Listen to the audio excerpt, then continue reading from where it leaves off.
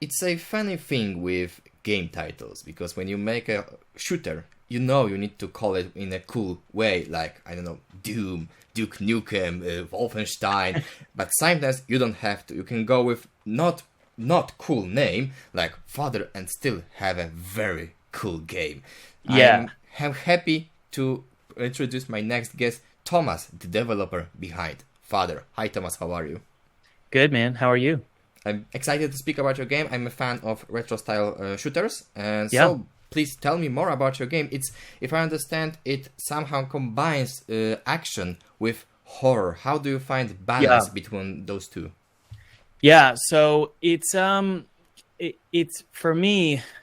Originally, the game was inspired by Half-Life. Like we wanted to make a Half-Life style game, and there's still elements in it, like Half-Life, like the more explorative first-person shooter.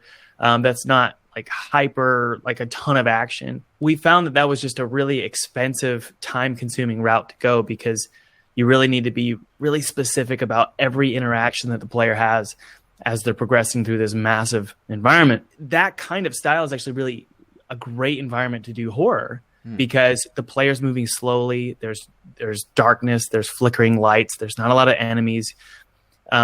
But we found that that's just a very expensive route to take. It's a very time-consuming route to take.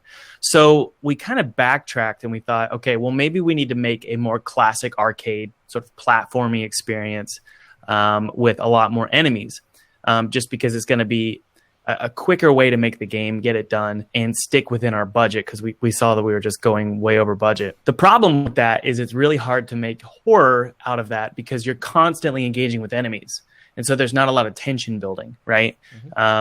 So what we decided was 70% of the game, 60 to 70% of the game is just platforming, having fun, shooting enemies, and you progress through chapters, right? So a chapter would be like 4 levels.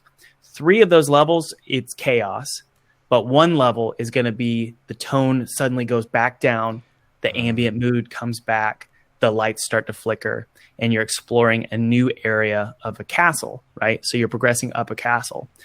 And so the current way we're doing this now with Father is, as you progress up this castle, it's through chapters, and every time you start a new chapter, there's a level that's purely a story level. It's a creepy level. It's a scary level where you get to talk to characters. There's world building. There's documents you can read.